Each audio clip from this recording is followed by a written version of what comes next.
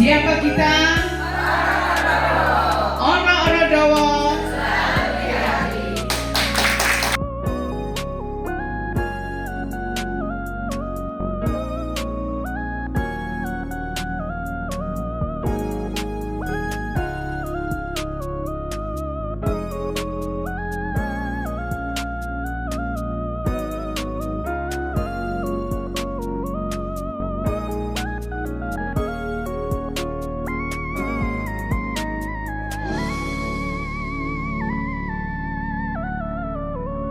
Memang kalau ngomongin stunting gak ada habisnya ya Bu ya.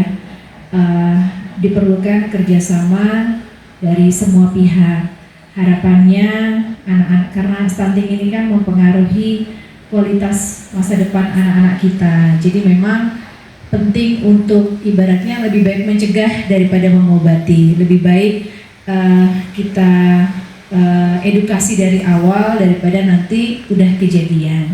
Yang kita dapat di siang hari ini bisa kita share ke mungkin ibu-ibu muda ataupun warga yang ada di sekitar Kelurahan Oro-Odo. Bu, di hari yang cerah pas ya Bu ya, 100 ya. Digeser dulu baru disitu gini. Ya. Oke, terus di Bu, ini saya perkenalkan aja. Tidak mungkin saya kanting Bu Enda. Oke. Saya nanti kalau saya kecepatan monggo Bu, protes Bu. Bu, lupa. Nah, ini istilah-istilah dulu supaya kita menyamakan persepsi. Memang kan stunting ini kan berawalnya dari balita yang berat badannya kurang Pak ya, atau mungkin dia T, dari T kemudian dia mungkin tidak dilakukan intervensi, mungkin dia nggak timbang, akhirnya nggak tahu ya, terus pada saat timbang dia sudah terukur pendek atau sangat pendek seperti itu. Jadi kalau berat badannya itu tidak naik ya, atau T tadi, terus dia masuk berat badan sangat kurang atau kurang. Nah ini kalau misalkan tidak dilakukan kayak penanganan sejak dini, dibiarkan maksudnya naik-naik sendiri misalkan seperti itu, banyak faktor Pak sebenarnya. Jadi kalau dibiarkan nanti otomatis pertumbuhan tinggi badan itu juga nanti akan ikut berhenti. Faktor realnya apa? Dulu kan tinggal 2, sekarang kok dari 27. Faktor realnya apa ya? Ya itu tadi Pak, kita lihat ibu hamil cake-nya ada berapa di Oro-Odo. Itu juga nanti juga berpengaruh. Kalau dia tidak ditangani, ibu hamil cake itu tadi bisa melahirkan bayi yang BBLR. Kalau sudah BBLR beresiko menjadi stunting. Kemudian ASI eksklusifnya Pak, harus dinilai juga bayi-bayi yang ada di wilayah Oro-Odo ini pada saat dia lahir diberikan ASI eksklusif apa enggak selama 6 bulan. Karena yang berat badannya tadi tidak tertangani, otomatis pada saat dia sudah melewati 2 tahun terukurlah pendek itu tadi. Jadi tinggi badannya itu nggak naik Pak. Banyak Pak indikatornya. Jadi berat badan menurut umur, kemudian tinggi badan menurut umur untuk menentukan dia masuk status gizinya pendek atau sangat pendek ya. Kemudian ada berat badan menurut tinggi badan. Jadi mulai sangat kurus atau kurus ya istilahnya begitu. Tapi penyebutannya gizi buruk dan gizi kurang.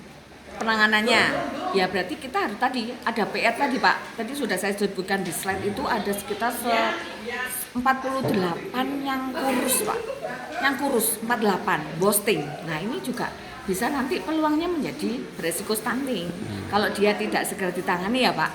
Terus tadi berat badan kurangnya tadi 100-an Pak. 100 berapa tadi itu? Nah, itu yang harus dinaikkan segera berat badannya menjadi normal supaya pertumbuhannya mengikuti, pertumbuhan linearnya tadi loh Pak, tinggi badannya mengikuti. Jadi pada saat nanti dia tidak menjadi pendek. Jadi yang dipush adalah posyandu itu seperti apa nanti? Kenapa Pak? Yang harus dipush oleh posyandu seperti apa? Berarti pemantauannya secara apa ya? Pemantauannya itu harus terus menerus gitu. Terus kalau ada segera dirujuk Pak. Misalkan tadi kalau yang ketemu T, segera dirujuk ke puskesmas untuk diketahui dia ada penyakit infeksi apa enggak. Ya, kemudian diketahui pola makan Pak, pola makannya itu seperti apa di rumah dengan orang tuanya, pola asuhnya banyak Pak sebenarnya. Oke, untuk closingnya Ibu sebelum closing berapa stunting untuk tingkat provinsi dan Kota Malang? Mohon diulang ya. Oke, baik untuk saat ini hasil ya Pak ya, hasil survei Kota Malang adalah 22,7.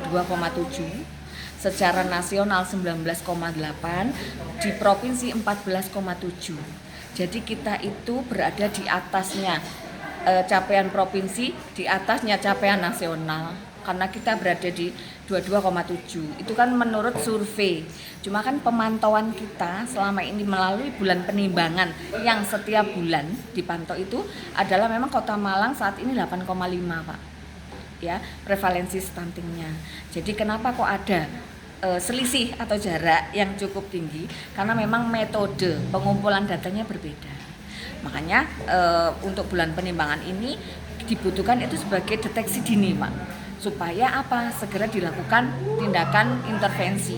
Kayak tadi ada balita yang sangat kurang, segera diberikan intervensi. Dipetakan dulu, Pak, yang mungkin dia kurang secara ekonomi. Ada berapa sih dari balita itu? Mungkin dia dari pola asuhnya, kemudian dia dari infeksinya, dia punya penyakit apa? Nah, itu yang harus dipetakan, dipetani ya Pak ya, maksudnya diklasifikasi supaya nanti tepat sasarannya. Jadi tidak semua di KPU ya dapat PMT. Kalau orang tuanya sudah bisa mencukupi dari PMT, mungkin dia kurang informasi. Oh, cara memberikan makan yang benar kepada anaknya itu seperti ini loh.